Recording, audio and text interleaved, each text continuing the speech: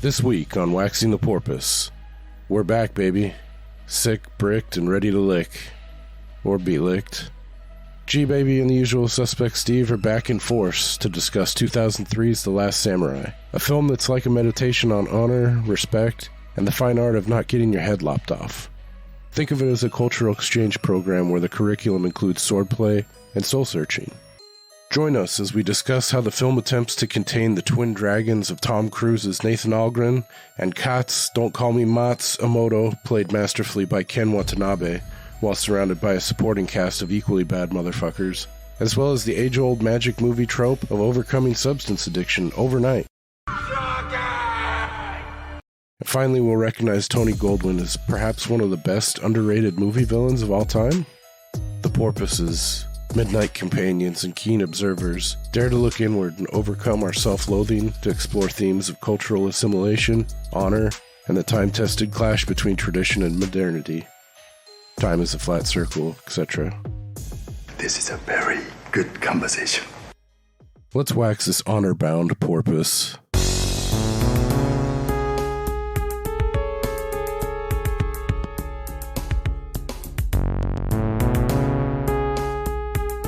Chase, don't do that.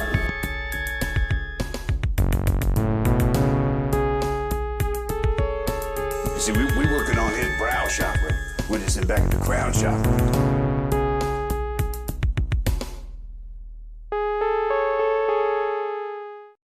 I'm telling Mom now. Don't you fucking dare. I'm gonna call Mom right now. Don't I you dare. fucking dare. I dare. You know what, actually? I dare you. I dare right I now. dare you. Call Mom. I dare you. Call Mom. Mom. I'm gonna call Mom. Mom. Call Mom. Mom. See what happens. Mom. She can't hear you. See what happens when you call her. Are you loud? See what happens when you call her. I'll get louder. Get louder and see what happens. They go on this back and forth. It's so fucking funny. It reminded me of like how incredulous Tim Robinson. He's like, "You're gonna tell Oh her my god. everything's fine." Oh, please.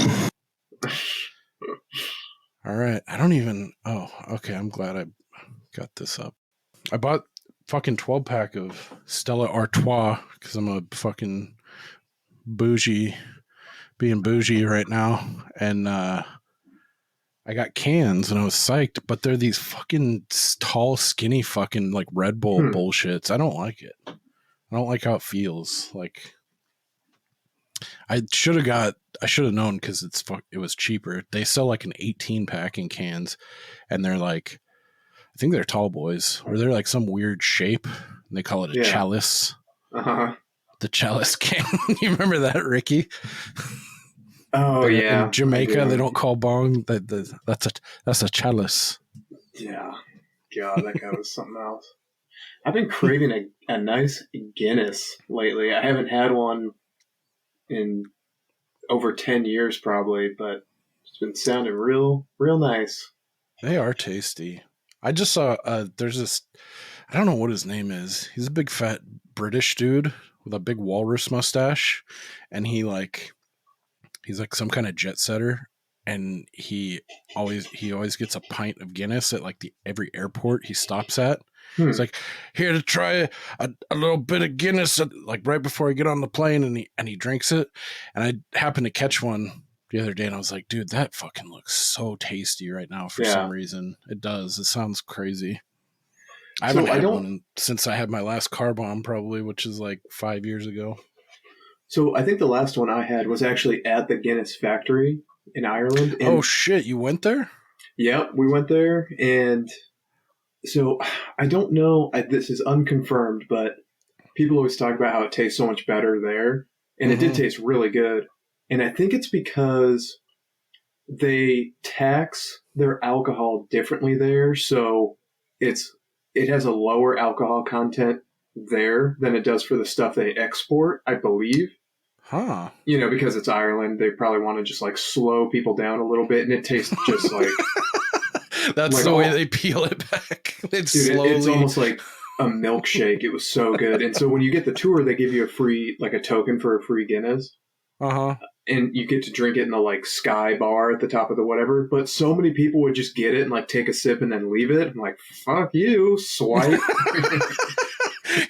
Yoink. I'll be having that. Ain't leaving no fallen soldiers here at the Guinness factory, no less. That seems extra shameful. Yeah. It was a super cool tour. I would highly recommend it. Yeah. Is that when you went in your the timeshare, Paris, France, England? Yeah. You take we stayed in Wales, and then from there it's pretty central. Like we went over to Ireland for like a day or two, and then we went over to France for a day or two. Across the channel. Yep, we went into the channel.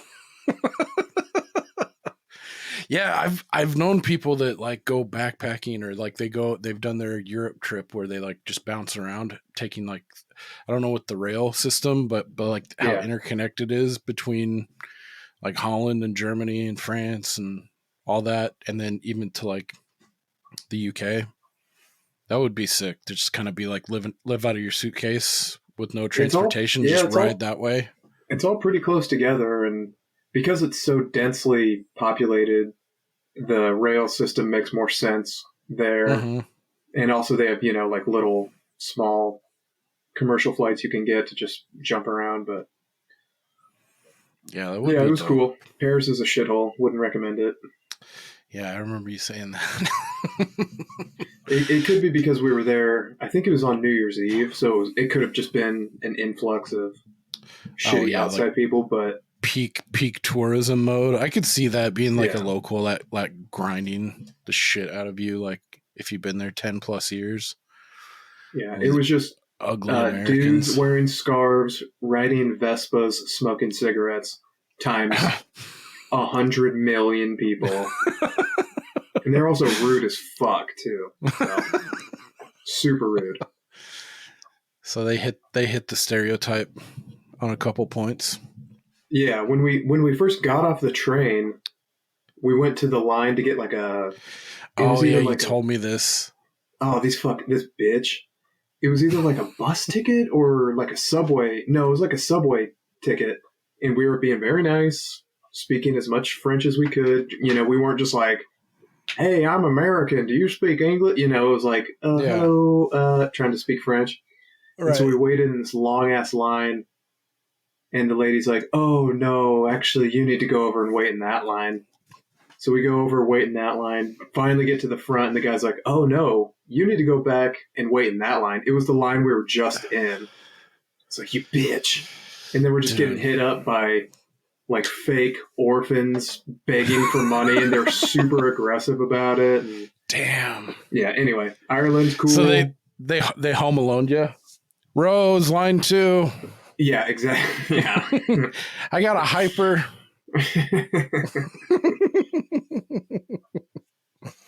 You want us to go to your house and check on your son? Just to check on him? Yeah. Oh, man, that's been in heavy rotation. Did you guys were you able to hit Scotland at all? We were not. We were in Wales, which is like southwest. Mm-hmm. And then we bopped over to Ireland.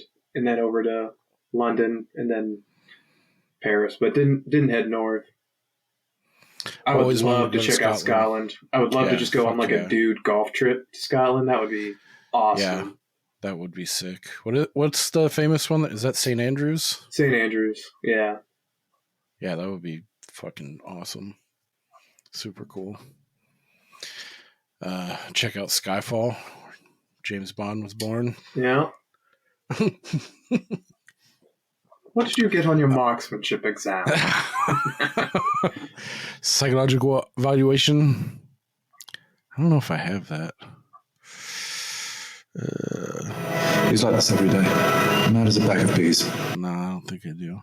All right. Well, welcome back to Waxing the Porpoise. As you've noticed, we've been on a somewhat of a extended hiatus, taking care of a few things, kind of navigating the chaos of going into the holiday season. We just kind of thought we need to take a little pause for a little bit. And we're back with episode 82, where we cover The Last Samurai. As always, you got myself, Jim G. Baby. Suck brick, kid! And to my virtual right, we have the usual suspect, Steve. Just cool it with the anti-Semitic remarks. What's that from? American Psycho. Oh, Have you ever seen that? Christian yeah, Bale? it's been a long time. I didn't really like it as much as I was expecting to. It's a lot. Christian Bale's a lot. Yeah, it's a wild ass film for sure. It's one I don't want to like come back to a lot because of how like brutal it can be. But there are some interesting parts that like make you wonder about the end. Was it all in his head? And like his last like soliloquy when he's like melting down, losing his mind, leaving that phone message is fucking top tier acting. Yeah, I have like no memory of it at all. I'd flash back to it one day. It's definitely worth it. It's got a lot of stuff going on in it for sure, especially with a little bit older eyes, like kind of the stuff in the background and not just like the horrific nature of what he's doing and what he is, but everything around it. And there's little slivers of really dark humor. Like that part always got me, like, because he's this ravenous fucking disgusting serial killer, like Texas Chainsaw Massacre style dude, and he's all prim and proper, and they're eating dinner, and one of his piece of shit friends makes like an offhanded Jew joke, and he's like, and cool it with the anti-Semitic remarks. Like that part always cut me deep. Cool. Yeah. So we kind of just bullshit before this. So getting right into it. Had you'd never seen this? Were you aware of this in the Tom Cruise canon? No, never seen it. I was aware that it existed, but for some reason in my mind, I misremembered the sort of the atmosphere around it being like a joke. Like, oh my God, can you believe this movie where Tom Cruise pretended to be a Japanese guy? Like in my mind, he was pretending to be a native Japanese person, and there was like laughs around it, you know, like right, like Robert Downey Jr. in Tropic Thunder, like he was leaning in way too hard. Right. So then, you know, 5 or 10 minutes into it, I was like, this is so much different than I thought it was going to be. This is not that. Yeah, which is weird. Like, I don't know why I thought that. Maybe it was just like in the zeitgeist at the time. I think that was there too. I didn't buy into it that much, but I think I was just indifferent to it. But I remember that kind of surrounding it, like, okay, yeah, Tom Cruise. I'm a samurai now, you know, like whatever. And I watched it like, I don't know. The first time was probably a few years after it had gone out of the theater. I would say probably all the way to like 2010. And I was like, whoa, like this isn't what I expected at all. But sorry, continue.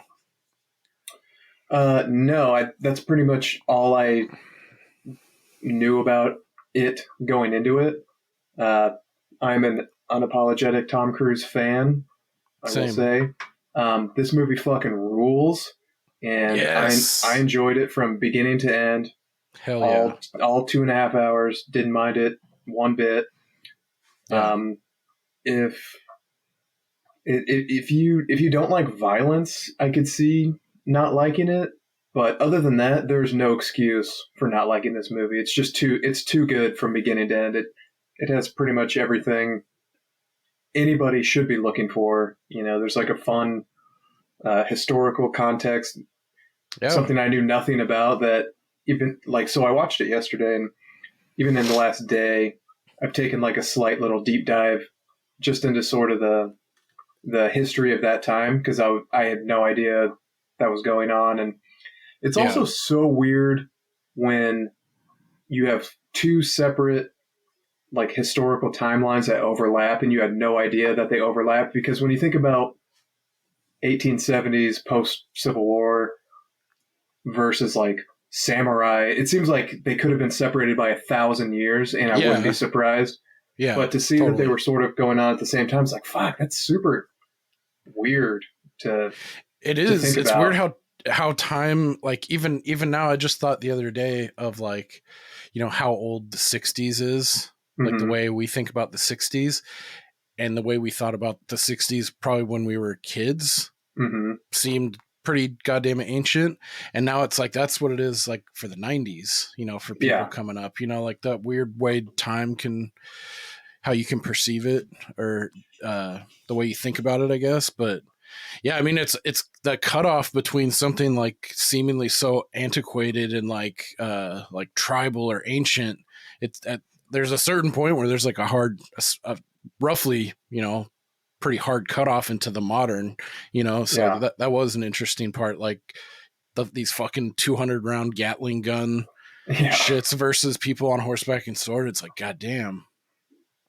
Well, it's like another aspect of that is, you know, 1870s sounds like so long ago. And I think we've talked about this before, but there were still, at least up until a couple of years ago, there were living people who were direct descendants, like sons of people who fought in the Civil War. You know, somebody, that's wild. You know, somebody who was 15 in the 1860s had a kid at 70 or 60, and then, you know, their kid is now 70. It's like, fuck, that's really not that long ago.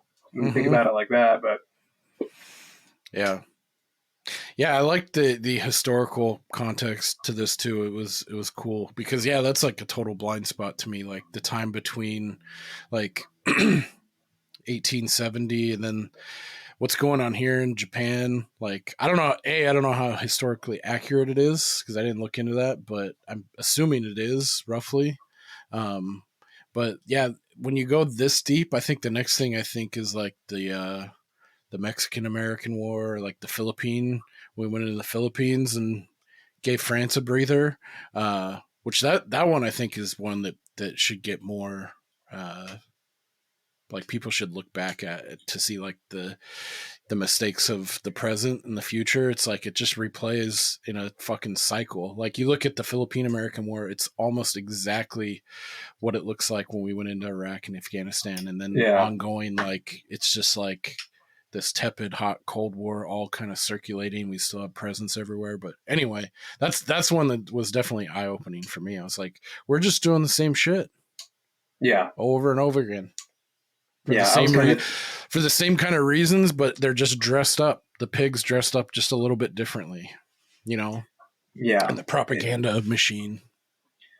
I was thinking the exact same thing watching it. Like, wow, we just refuse to learn from the past with, you know, and I knew you probably really enjoyed the plot undertone of like, oh, the American military industrial complex is rearing its ugly head, you know, and this guy who is like drinking himself to death because of his participation in brutality and not to get all hippy dippy about it, but well, I mean, I like that they handled it honestly and truthfully. Like he's seriously fucked up from like, you know, his main flashback is led by his nemesis dude. I can't remember his name. Tony Goldwyn, which he's an awesome heel. He plays a fucking villain and an asshole really well. He was in Ghost. Bagley. Yeah, he played the villain who backstabbed the Sways in Ghost, and he gets his comeuppance at the end too. He plays that role really good. Damn, I guess I'm not gonna come out like saying you gotta watch Ghost, but I don't think you would not. I think you would enjoy yourself. Whoopi is awesome. The Sways man. It's actually pretty graphic. It's kind of tense. There was a couple scenes when I watched as a kid that kind of like scared me. There's like this scene in a subway with this crazy dude. Like there's these ghosts. Their depiction of ghosts and ones that take you to the other side is pretty fucking frightening. Like the dark side that takes you if you go to hell. Anyway, like so Tom Cruise, you know, he had to like, he was pretty unwilling. He didn't know what he was getting into and ended up massacring like women and children, Native Americans, led by this dude played by Tony Goldwyn. So that's like one of the main things that's fucking with him really bad. Yeah, and I mean, it's one thing to kind of backtrack a little bit from my hippy dippy standpoint before. It's one thing to be involved in like a battle, with um, able warriors that you can tell he has a lot of respect for uh, the native fighters. He says like they're brave, they're awesome, and all this shit. It's a bridge much too far when they're like, we're just going to go slaughter this whole village for essentially no reason at all, just to do it. Right. Yeah. I mean, and even in like real, actual, like, I guess, quote unquote, legitimate like battle, there's always going to be, collateral damage from that too, that has to be deemed, like an acceptable risk or an acceptable consequence of things. But yeah, for like, this is almost squarely, you could call it murder, like mass murder. Is kind of what happened. Yeah, because what is there was that really cool line or conversation between him and Katsumoto where he's talking about like having nightmares about the evil shit he's done, and Katsumoto's like, you're not going to have nightmares if you don't believe you did anything wrong, sort of thing. Like, right. Yeah, I think totally butchering that. I think he said something about you only have nightmares if you're ashamed of something that you did or something like that.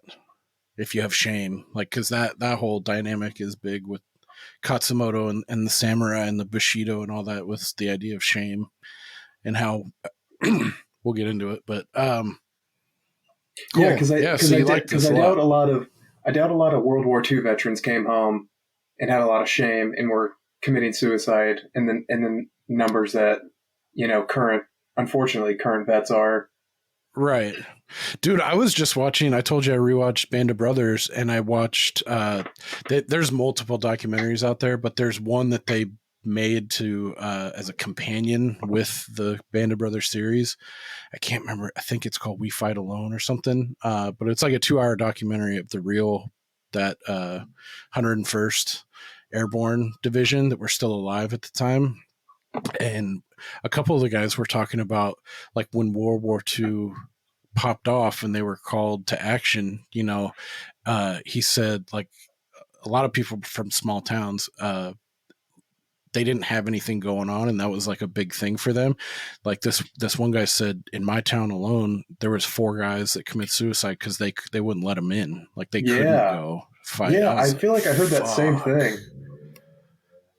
That's wild. And yeah, they were talking about like this wasn't just like a battle or streets. This was a world war. Like at that time, like that going on. That's a different thing. Right. I wish I could articulate that better, but when you have like the Adolf Hitler and like like these massive forces mobilizing like in a true world war scenario, I bet it's totally different vibe. But yeah, people faking their age so they can go and fight instead of like a Vietnam where people are like, this war is total bullshit, so I'm gonna try to do everything I can to get out of it. There's a one guy too, his name was Shifty Powers, and he snuck in at like 15 and a half, and he made it all the way through. He was like a veteran of D-Day, Bastogne, which was a huge, like the Battle of the Bulge, and he came out of it. And at the very end, it shows him interviewed, and he's like, I just don't rightly know how I'm going to tell my parents about this. He just fucking booked it. He just left and didn't tell them where he went. It's like, dude, that's wild. So he came back at like age like 19, having like a Purple Heart and like all this crazy, all these accolades with this famous company. Like, hey, son, good to see you. Like, holy shit. Cool. All right. So, I guess to set the stage, we're in 1876, and this dude, Tom Cruise, his name is Nathan Algren. He's a captain in the United States Army, and he's like drinking himself away. He's working for Winchester Rifles, just being like a spokesperson, going up to these different like World's Fair looking type things, carnivals, expositions and such. And then he gets selected to go over to Japan and help train their army, because they're rapidly modernizing, and they're trying to push out these last vestiges of the samurai way, led by a fella named Katsumoto, who still holds an official position on the Emperor's Council in Japan, alongside all these like robber baron looking motherfuckers. So it's totally like, it's like the times are like buttoned right up against each other.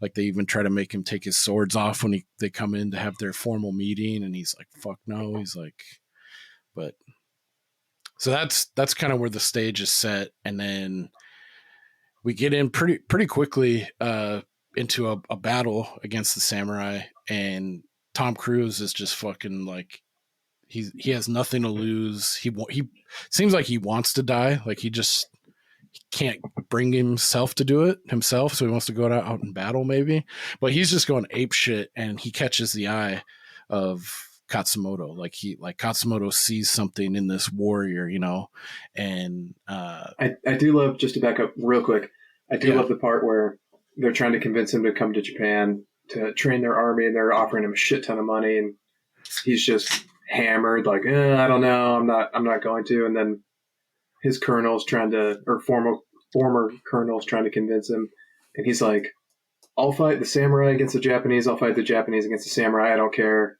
for any amount of money. But he's like, I would kill you for free. Oh yeah. It's like, oh shit. Yes. And this is the guy alluded to previously, Tony Goldwyn, who he formerly served with, and who made him lead that charge to kill all those women and children that they massacred. So he's got it out for this guy. And the flashbacks were awesome. Like the cinematography was awesome from the beginning to end. Scenery, loved it. Yes. Yeah, it's a beautiful film for sure. And it made me kick myself, because I was like, man, it sucks, because I feel like it's rated highly, which it is, but it's not really talked about much. Well, the rating is confusing to me, as is normally the case when we discuss these things. IMDb is 7.8, which is solid for IMDb. Mm-hmm. Yeah, that's like... But Rotten Tomatoes is 66 with the critics and 83 with the people. I don't know why the critics didn't like it. I do have a really cunty review that we can talk about later. But and also to back up to right before he gets captured,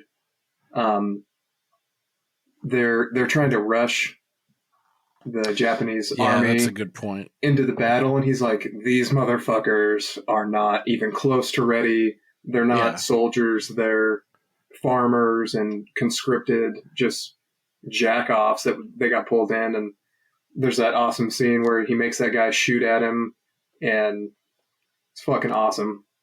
If you haven't seen it, watch it. And then they're like, okay, we're going to go ahead and send you guys anyway. And then that first battle in the forest is fucking awesome. Yeah. When you first start to see these guys slaughtered, come out of the fog, and you're like, oh yeah. Their war scream, their battle screams that precede them coming in, and it's like perfect, like fog, kind of like low mist, and these like, and you can see all these conscripts, and like they're kind of like looking around like, oh fuck, they're spooked, hearing all this wild shit. Yeah, because when you hear like, oh, these people, they're so primitive, they don't even use firearms. You're like, well, how the fuck could they have any chance? And then in that split second, when you first start to see them come out of the forest, like, oh fuck, this is how. Yeah, especially too, because we're these riflemen on the Japanese army side have the old school fucking packing the powder in musket. And stuffing it musket shit. Yeah, like, dude, you get one shot off, but then you're gonna get your head sliced off before you get your second fucking ball in.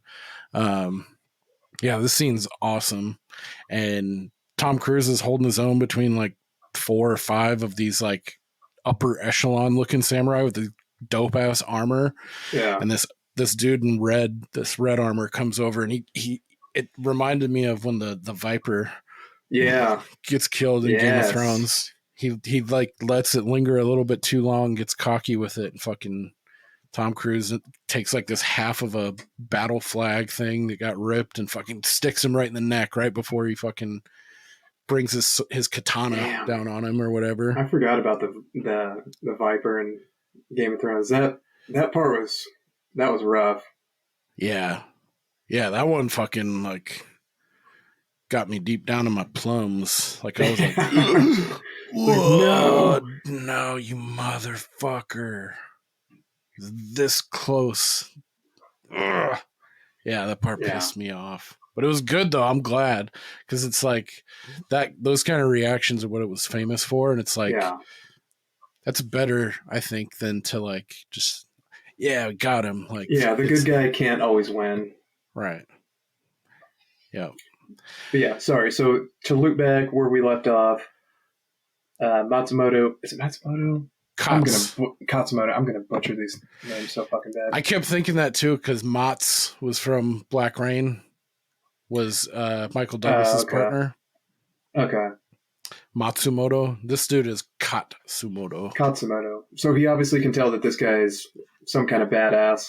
So instead of killing him, he's like, "Let's bring him home with us." Yeah, and let us learn about our new enemy.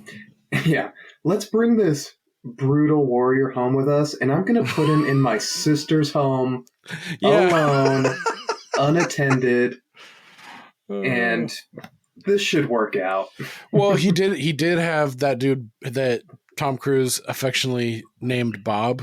One of the Japanese guardsmen, the older fella, was like on his. He was like attached to his when hip, he went for his little strolls, but when he was in the house with the sister and the nephews, I feel like he was unattended. That's fair.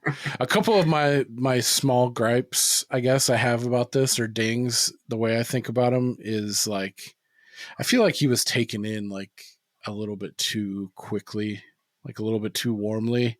But maybe that's a loss in translation or a difference in culture, but how much like respect and honor and everything is with them. But I still felt, I mean, I feel like the wife conveyed, like, this is fucked up. Like, I don't like this. But I feel like the kids and even Katsumoto's son, what's his name? Nobutada?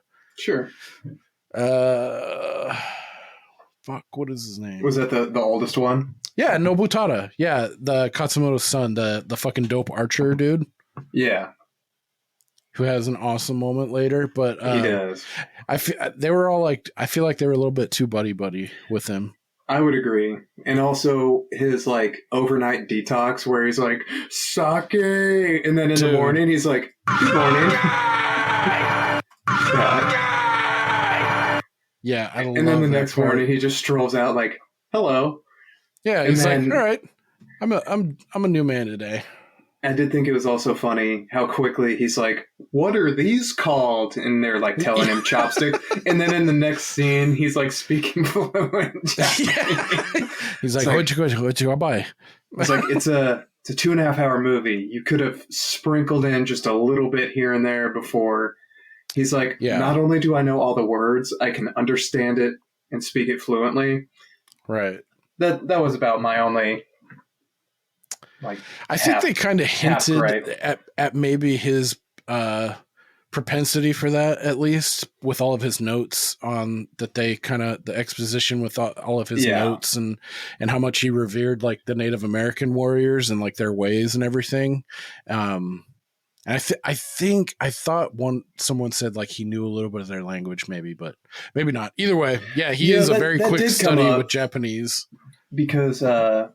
Katsumoto asked him at one point, like, oh, you learned the native whatever man language? And he's like, teach me one word. He's like, nah.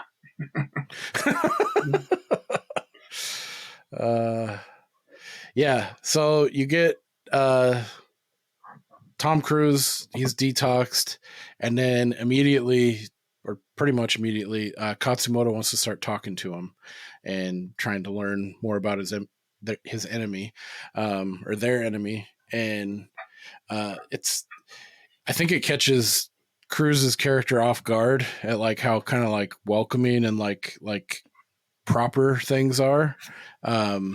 He's like, what the fuck am I doing here? He's like, what is all this? And like, and Katsumoto's just, like, I've introduced myself, you introduce yourself, like, and he's like, wait, I have questions. It's like this, it's a really short meeting.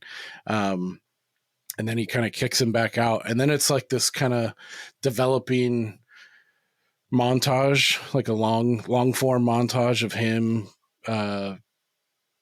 like seeing he talks about they dedicate themselves to perfection and whatever they do every day, like the goings on of the village, how these people interact with one another. And I think he comes to respect it, or he's at least really interested in how these people are living.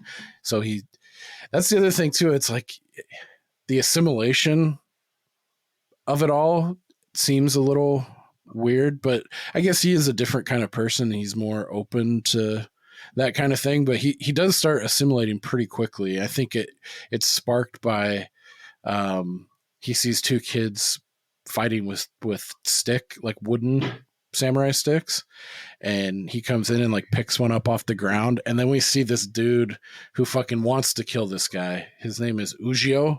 Yeah. Who's a bad motherfucker. And he sees him with like the little kids and the wooden stick, and he goes up and he's got his training stick, and he's like, all right, let's fucking go. And he just whips Tom Cruise like a fucking dog repeatedly. But it's like that's his first point at like trying to get a little bit of respect. He just keeps getting up.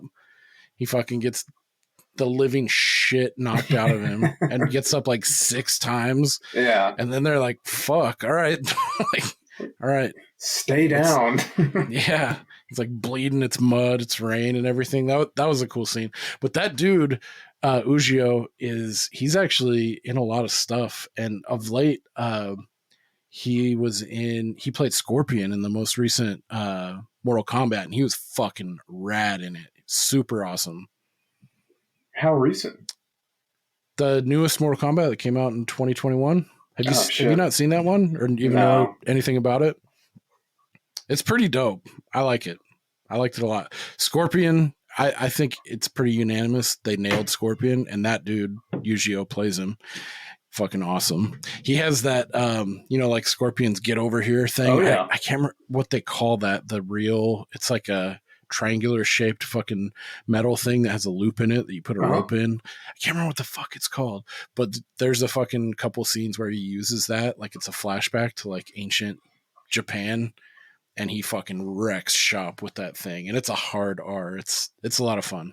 But yeah, that's the other thing too about this, like the how you said, like if you don't like violence in films and like these kinds of movies, it might not be your cup of tea. But I would argue that I feel like they played this R pretty clean. Like there wasn't a ton of like really graphic bloody, like compare this to like Braveheart.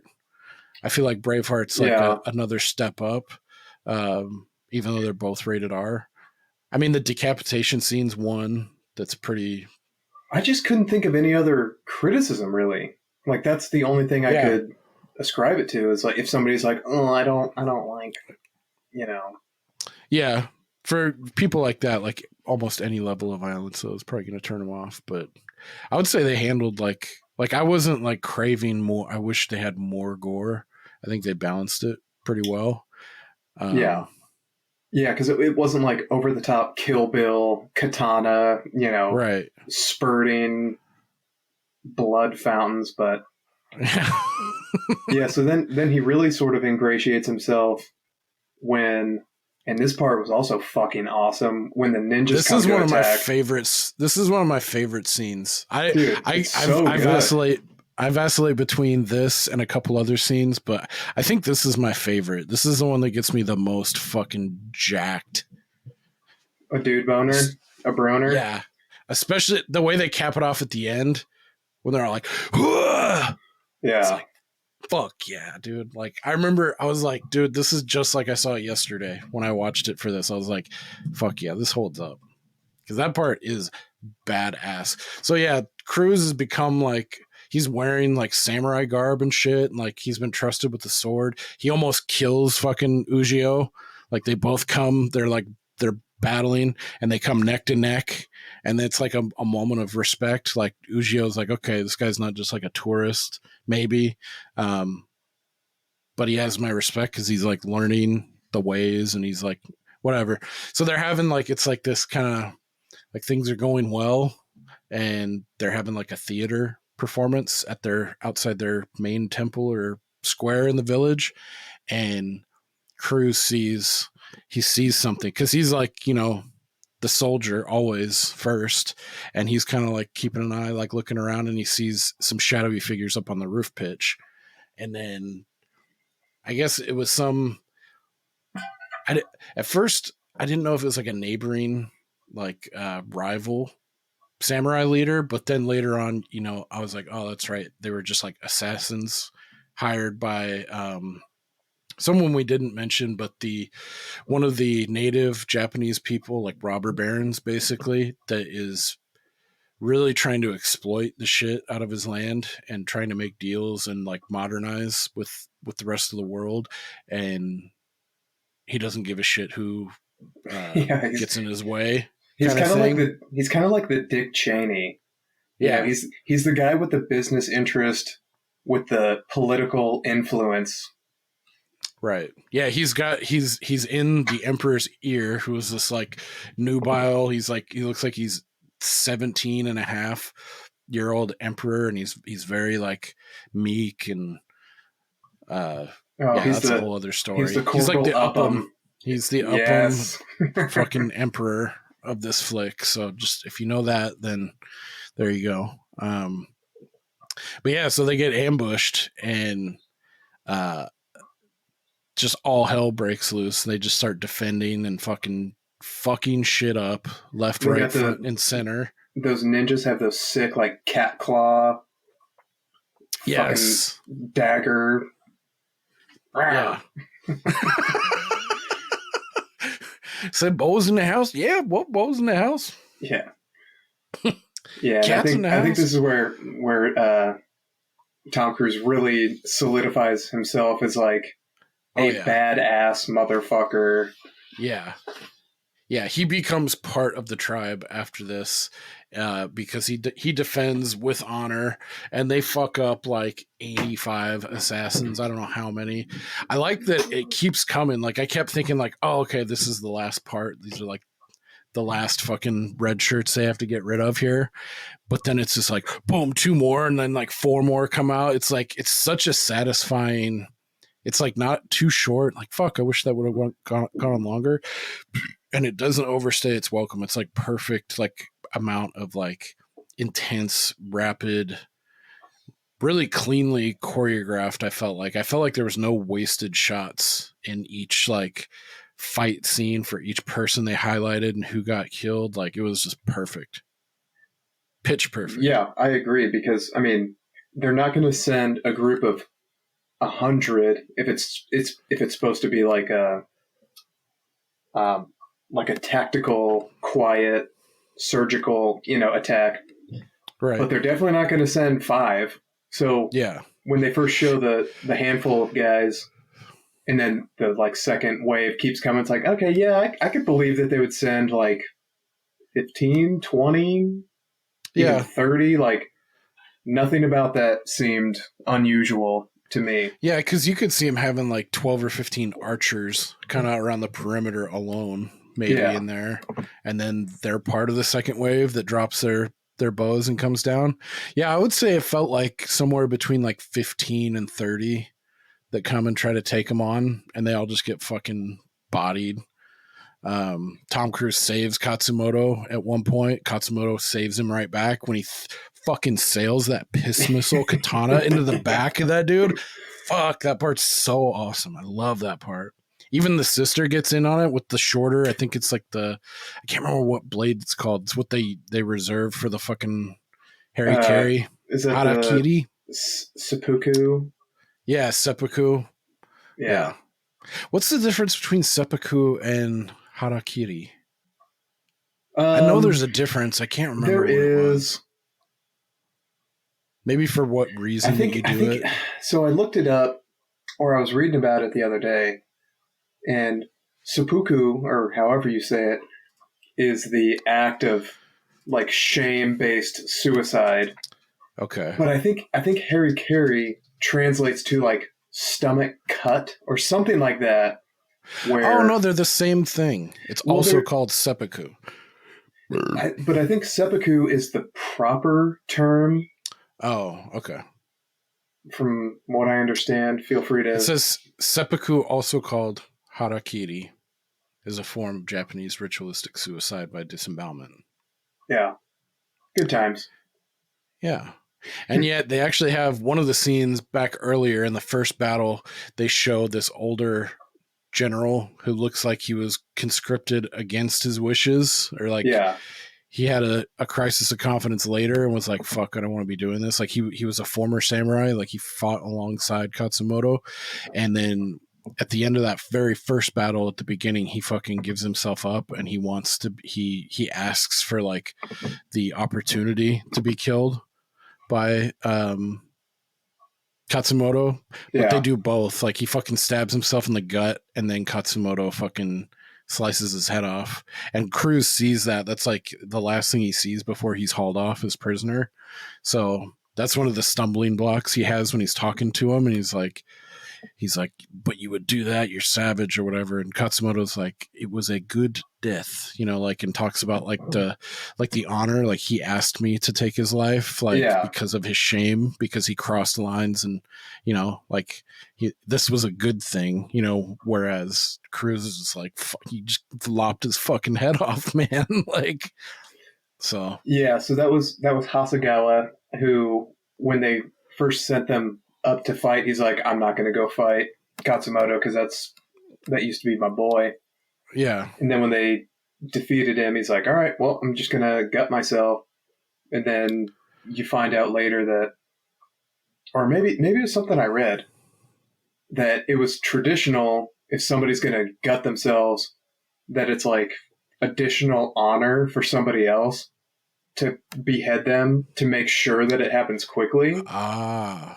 So, and I think he even tries to explain it to Tom Cruise, like, he was going to kill himself out of shame, and I was happy to do my part to make it painless for him, you know? Right. That's a good point. Yeah, to an outsider looks insane. It looks like he just cut his head off for no reason. Yeah, but there's an element of mercy there, because like the full on seppuku is like involves God. Like it's not just a one stab. It's like they have to like cut like up to the sternum and shit, and they have to like ritualistically like hand fucking like press like pesto and shit, or like pasta. They have to unfurl their fucking guts out of their stomach. It's like, oh, god damn, dude. I imagine that's a slow death, but if they sever your spinal cord, that's pretty quick. So yeah, I mean, it probably looks bad, but it really is merciful. Yeah, totally, 100%. Yeah. So yeah, after I the assassin, have introduced myself. You have introduced yourself. I love the way he talks too, his English, like, dude, how he almost seems like a little kid kind of when he's learning about all this new stuff, and he's this crazy like badass dude, you know, who like commands all this respect. And I read something that said he had been in a bunch of either American or English movies before, but this was the first movie he spoke English in. Yeah, he's big in Japan way before this, and this was this was like his first. His English was so good. I was really surprised. Yeah, this was his first opening to the Western film, and then he's been in a lot of stuff since then. He was in he played Ra's al Ghul in Batman Begins, which was, I think that was right after this, 2 years after this. Then he was in Memoirs of a Geisha, Letters from Iwo Jima, the fucking the counterpart to Flags of Our Fathers by Clint Eastwood, about the Battle of Iwo Jima, the flag raising and all that. So he shot. Have you ever seen those two? No. Flags of Our Fathers is like a Private Ryan. It's not as good, but it's like a Private Ryan in the Pacific, and it's like a full 2.5 hour from the American side point of view, and then Letters from Iwo Jima is kind of back and forth, but mainly is from the Japanese point of view. And this dude plays Katsumoto. Ken Watanabe is like one of the main dudes in that. I also haven't seen any of the Christopher Nolan Batman movies. Yeah, I like the first one a lot. A lot of people love the second one. I think it's a little overrated, but Heath Ledger's dope in it. The third one's like, eh. Batman Begins is solid. It's pretty cool. I like it a lot. Liam Neeson's is in it. So, Liam Neeson's. Yep. Then he was in Inception. He played Saito. He was in Godzilla, Transformers. Yeah, he's been in a ton of shit over in the States now too. So I like him a lot. I think he's awesome. He's a great actor. Yeah, he did a great job. I liked him. Like, I felt like I had seen him in more stuff the same way. I thought so too. As the dude who played Mats in Black Rain. I could have sworn he was in more, but yeah, he really fucking kills it as this guy. What happens now? Well, then from here, they realize, like, oh, these assassins were sent by Amora on behalf of the Emperor, and they're like, all right, well, we're gonna head to Tokyo, and we're gonna cut you loose, and we're gonna meet with the Emperor, and that's when we meet this little crybaby bitch. Yeah, this Emperor is just like fucking. I guess Katsumoto used to be his teacher, his mentor, or something. Yeah. And you see, it's so sad when you see Katsumoto like bowing like so low to the ground, like when the Emperor's like, to just tell me what to do. He's like 19. Yeah. And like, even then, like Katsumoto had his ear. He could have done anything. He could have been like, this is what you need to do. Do exactly this, and this will be the right thing, or whatever. Well, I mean, it just goes to show that he actually believes in the divinity, whatever, of the Emperor, whereas... Right, the actual idea of the thing, like, he's not fronting at all. Yeah, whereas the other guy is, like, just trying to influence him to better himself. So, yeah, you're watching it like, fuck, man, just tell him, like, fuck all these other guys. Let's roll deep, old school. Yeah. Fuck all your, like, Western clothes and railroads and shit. Mm-hmm. But he's like, nope, I trust in you. You'll make the right decision. You did not. And so, yeah, this is where the Omura and basically the establishment realizes, well, it's funny because at the same time Tom Cruise realizes, oh shit, these are my guys. Fuck the regular Japanese people. They realize, oh shit, he's about to turn. Yeah. So they're like, follow him. If he goes back, kill him. He's like, if he gets anywhere near Katsumoto, fucking kill him. Yeah. Because he knows, he's like, yeah, he's turned him. He's no longer on our side, quote unquote. Yeah. And then this is when we get, I mean, this has got to be one of the top 3 or 4 parts of the whole movie where he just takes out like 6 guys. I like the way they shot it too. Like they, because some films they'll do that little gimmick where they'll be like, we're gonna play half of this next skirmish in slow-mo and show you how he thought through everything and the moves, and then they go boom, and then they rewind it, and then you see the full. I like how they did this. They just jump right into it and he's fucking battling, and then they stopped it right before the penultimate part, or the fucking cherry on top part. Then they go back and they show him like what his thought process was during that fucking, like, disarming one dude and taking on 5 and just fucking him up. And then they come back and you get the cherry on top when he fucking, like, that form, the way dude, that was so sick. Yeah, that's this, and the battle preceding this where he like earns his fucking stripes. Those are the 2 that I remember like the most, that were like, yeah, it's in the pantheon of like badass action movies. And I like how they set it up too. Like he walks into the square and then he suddenly realizes everything's quiet. And then you see one dude step out of the shadows, and then he fucking turns and he's like he's sizing them up and everything, and then just it's go. Yeah. This movie rules. That's all there is to it. Yeah. This scene where he takes on the 6 dudes and beheads the fucking last main sub boss is fucking awesome. And then he's like, all right, we got to get the fuck out of Dodge. And then he amscrays back with Katsumoto and his tribe, and or no, they have to go break out Katsumoto. That's right. That's where his son Nobutada fucking eats it as like a fucking savage. But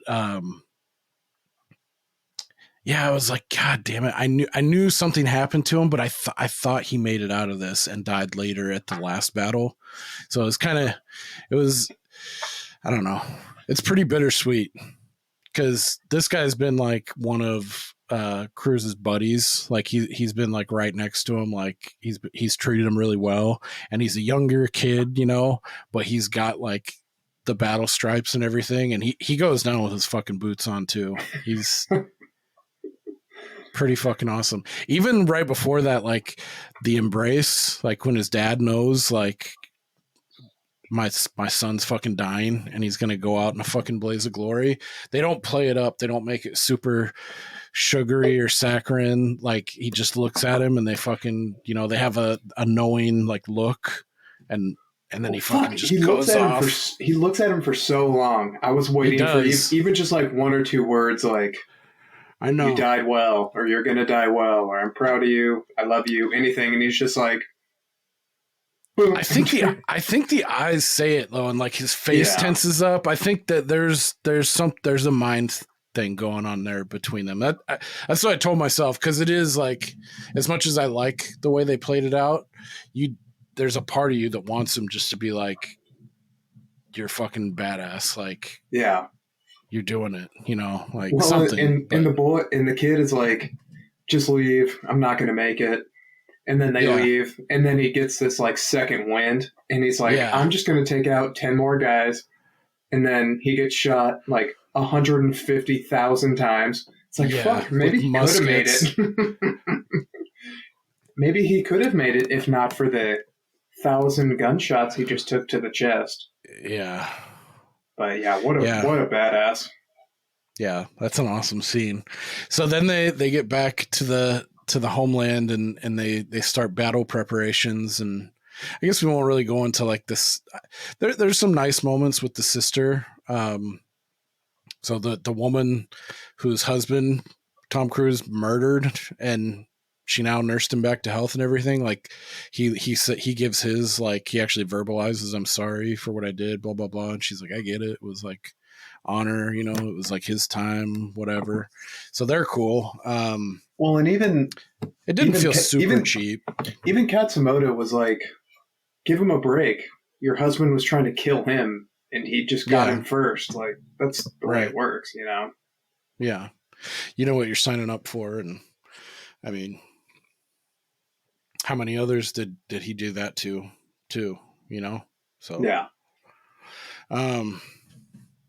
yeah, so they have their moment, and I know we skipped over it. It was a while back, but can you guess what my favorite comedic part? There's not very many, but can you guess what my favorite comedic part of this film was? I would guess it has something to do with Tom Cruise walking around with Bob. Yes. But which part? Is it where he's like, you're not very talkative or something like that? Mm-hmm. All right. Am I close? Yeah. He's like, can I call you Bob? This old Japanese dude. Tom Cruise is like, I'm going to call you Bob. He's like, yeah, you're not much of a talker, huh, Bob? He's like, you ladies man, Bob? Oh, I love that part. That's like the only sliver of comedy in this film. But so they make their war preparations, and Cruz relays the story of the battle of the 300 at Thermopylae, and Katsumoto's like, fucking boner alert, like, tell me more about these men. Like, dude, I've got to say, this movie must have inspired 300, right? it predates it by like 5 years at least. Yes, because I looked it up, because the speech about the 300 and like the scene with the arrows shooting up, it must have been like a dude boner inspiration for 300. Yeah, I'd believe it, because I remember reading about it in like history books growing up as a kid, but it didn't really, like, seeing it talked about in a film and in like a wider media, I could see someone being like, oh, that's interesting. 300 people held off 1 million. Like, why isn't that talked about a little bit more? You know, that would make for a dope fucking movie. I haven't seen that movie in years. I think that's one I only watched like once or twice, because it was like a theater experience, and I was like, that was dope. Like, yeah, same here.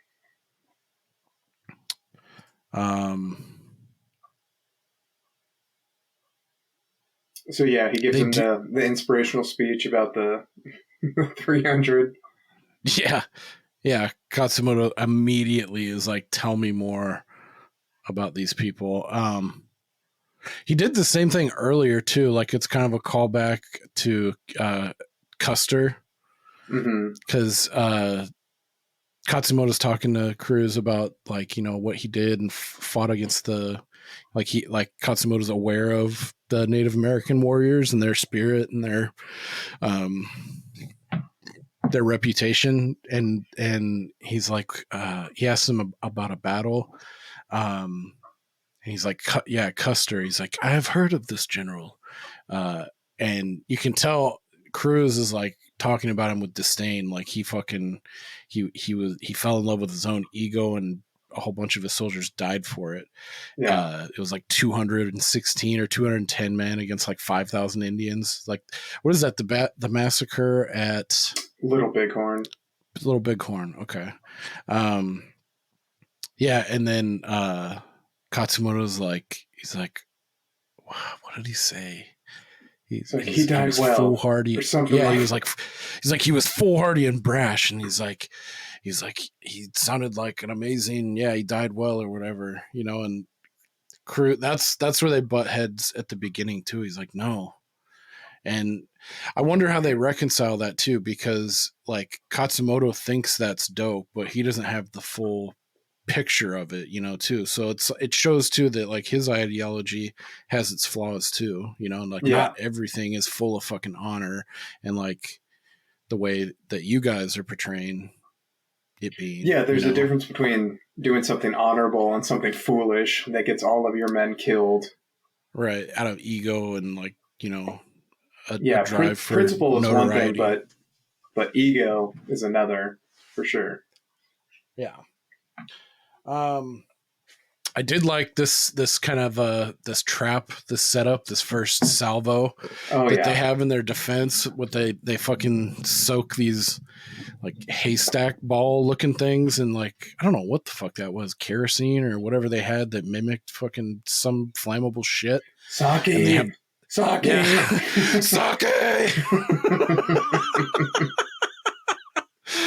Oh man. The classic one night detox in film. Those are awesome. Good morning. Dude, you know who does one fucking like that's really like soul wrenching and hardcore as fuck is Leonardo DiCaprio in The Basketball Diaries, 1994. This is right in Gilbert Grape era. Dude, he's like a junkie, heroin junkie either that plays basketball. Yeah. Dude, he is going through it. That motherfucker can act, dude. Straight up. Like, I didn't watch that till later in life, and then I saw it and I was like, okay. Between that and Gilbert, it's like, say what you want about the guy. Like, that dude can fucking, like, I totally bought that he was like hook, line, and sinker, that he was like, it's like pretty nightmarish depiction of being in the throes, you know. Like transpotting. Just one more fucking hit. Oh, hi. Hey, Lola. How's she doing? Better? She's good. Yeah. Better now? Yeah, On the mend? She better be. We spent $1,900 Oh, no. just to make her feel better. She's good. Oh, man. We're going to get a cloaca, a butthole shot?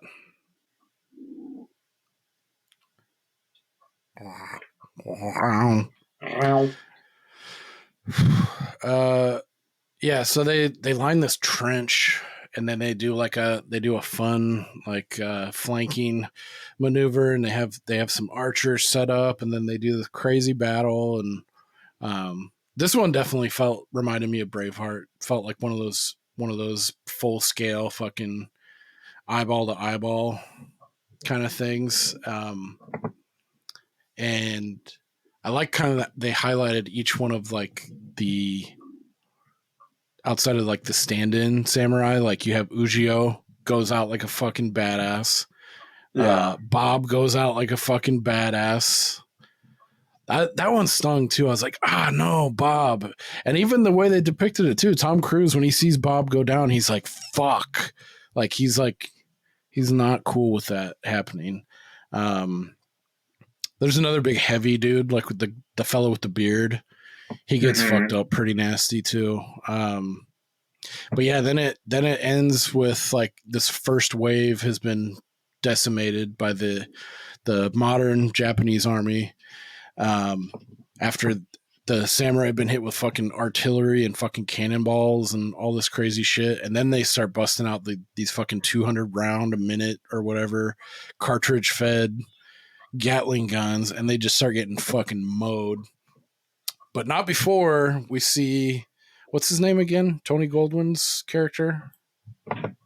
Bagley.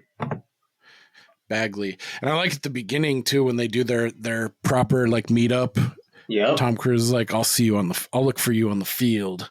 And he does, and he gets him at this end part where like Bagley, I don't know why he goes out there, but he's like, all right, fuck this, I'm gonna finish this and take him down. And Tom Cruise fucking just got that wild eye, and he fucking just Nerf balls a fucking katana right through his chest, dude. He fucking winged it like the speed of light. That was pretty fun seeing him just getting fucking taken out. Bagley is such a bitch because when that first battle in the forest, which I think is my favorite part of the whole movie, that first battle against the samurai in the forest, Tom Cruise is up front, and Bagley's like, shouldn't we go back to the rear where the generals are? And he's like, fuck no, who's going to lead these guys? Yeah. So I wonder if Bagley in this final battle was like, fuck, I should probably go up front to not be a bitch. Right. And then just take a javelin katana through the heart. Dude, he fucking sailed that thing. That was awesome. But everyone gets fucking mowed down, and then Katsumoto gets fucking shot. He's fucked up. He's about to die. And he grabs Cruz, and he's like, help me fucking die with honor or whatever. And he fucking helps him shove his short seppuku blade in his fucking gut. Fucking kills him. They die in each other's arms. That part was fucking badass. That was super dope. Well, Tom Cruise doesn't die. Well, Tom Cruise doesn't die, but Katsumoto does. But earlier in the film too, he's talking about like the fucking, what is it, the cherry blossom? Yeah. He's like sometimes in life, you'll never see, you could wait an entire life and never see a fucking perfect blossom or whatever, and it would be a life well spent. Yeah. And then like that shot right when he fucking takes that second thrust, and he's like, fucking chills. And he looks up and he sees the cherry blossom fucking blooming, and he's all perfect, and he fucking. Yeah, that was an awesome send-off for Katz. Ken Watanabe. Yeah, and then all the other soldiers take a bow out of respect, and yeah, you see one of the extra up there. He's getting consumed by like what the fuck he's doing, and he orders everyone to stop shooting, and it's fun. I think the guy who told everyone to stop shooting was the guy that Tom Cruise was training in the beginning. And Omura is, Oh, I think, yeah.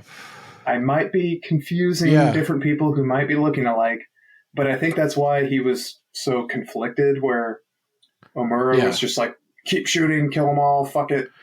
Yeah, and all the other soldiers were just like, I'm just doing what I'm told. This one was like, he was thinking about it. Yeah. Yep.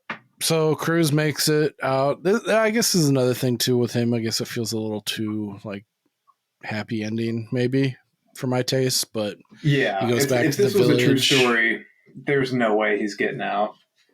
No, yeah, but it was a very sweet ending of, you know, oh, I'm gonna take everything that's yours and blah blah blah, and then he goes back to like, okay, yeah, he for sure died on the battlefield, but yeah, I guess it was sweet for the kids because they also show at least one of the sons has got attached to Cruz, and he's pretty bummed when he leaves the first time. But another funny moment I really liked that was a little disarming was when Cruz first sits down with dinner, and the littler son with like the mushroom top bowl cut, like looks at him and goes like, ah! Like he pantomimes like a lion. He doesn't make any noise, but he opens his mouth like, ah!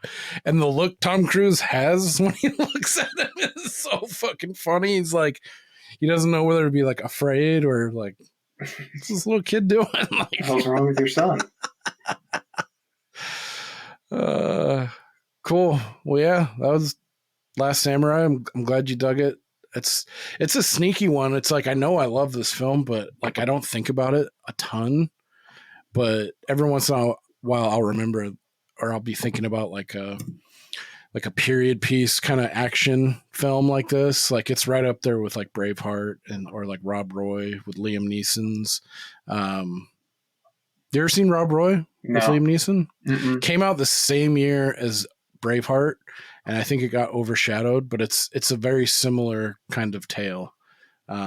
And they both take place kind of at the same time. I think it's Irish. I think there's some shit going on in Ireland similar, but yeah, this is right up there. It's an awesome action flick. If you can just drop like the Cruise stigma, I know there's things like the whole Scientology and he's a fucking weirdo, but motherfucker can make an action movie. That's all I gotta say. And I just saw this thing the other day, like for any, like especially Mission Impossible, but I think it's virtually any movie he's made in like the last 10 years, no insurance companies will bond those studio films with him as a producer or him as a star. So he bankrolls, he pays for the insurance bond that covers the entire film out of his pocket and has that on like retainer for each one of his movies. Otherwise, no, he couldn't get them made. I'm like, damn, that's fucking pretty wild. Yeah, I saw he was some either producer or executive producer or something on this. And I read some piece of trivia that he took zero salary for it, but I mean, obviously that's because he's getting money on the back end. But I mean, he's investing in himself for sure, and I have no problem with the man.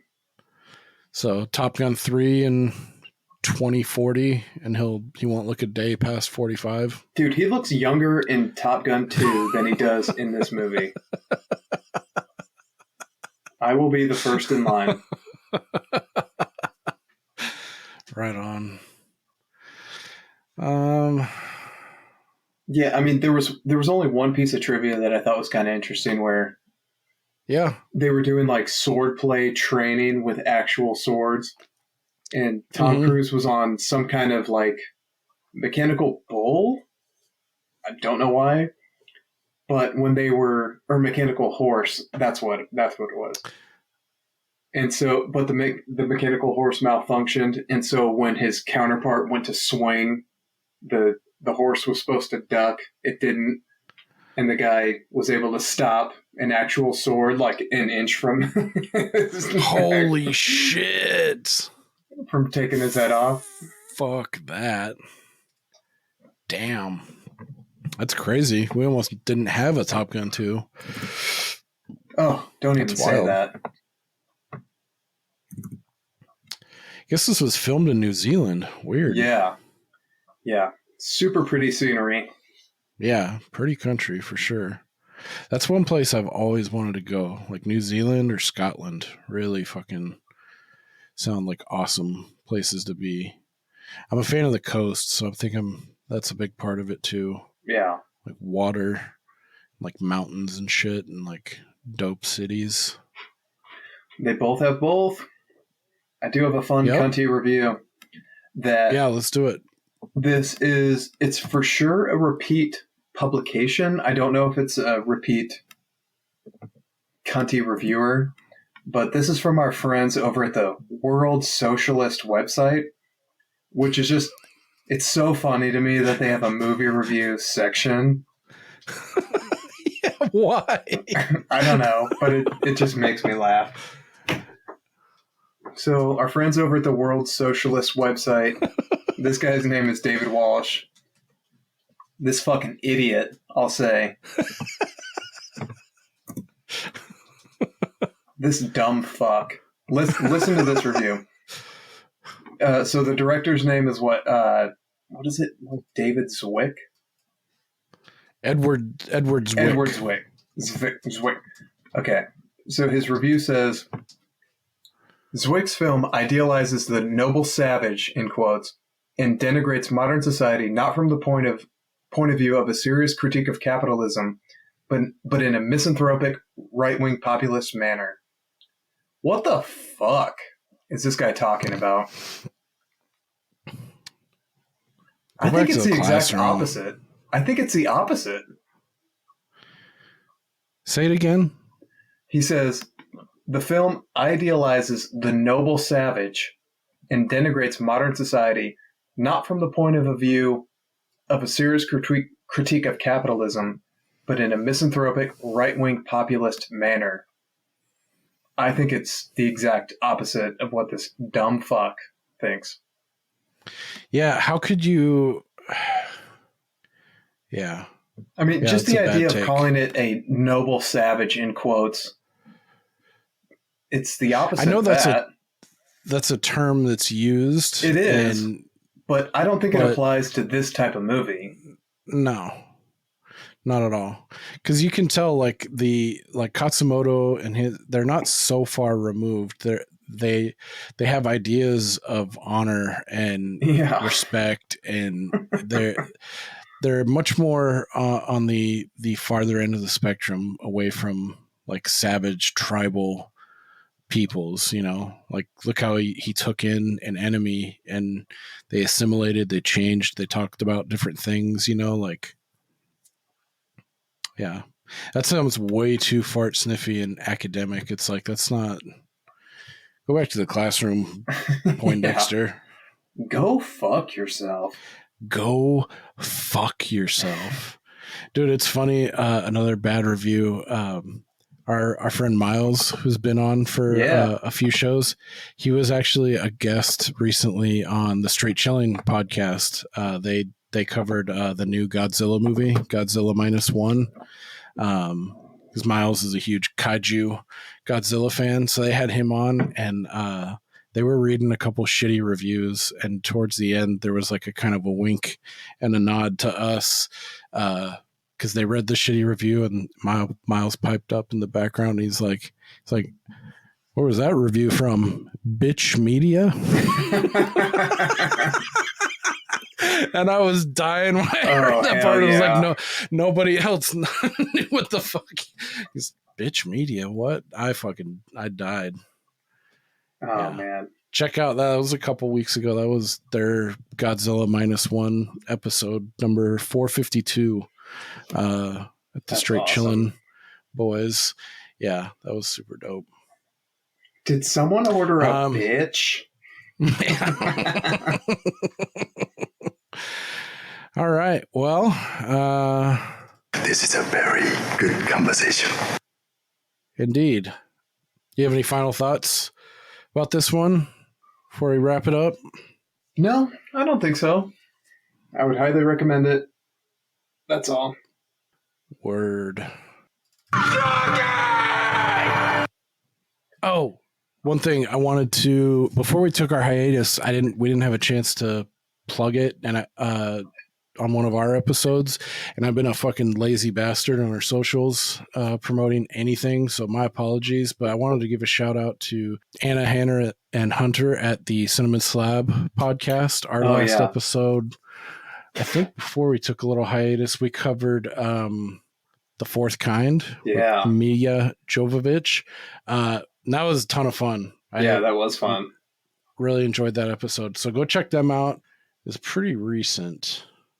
But yeah, we had a great time on that one. That was fun talking about that. Because that's one, too, like I watched just once or twice, and it freaked me the fuck out. So I was really, I was psyched to go back and revisit it. And even though I wasn't as hot on it as I was when I watched it back in like 2008 when it came out or something like that, we still had a great time. Yeah, episode 38, The Fourth Kind. Go check out the Cinema Slab podcast. They're awesome. They have a really good show.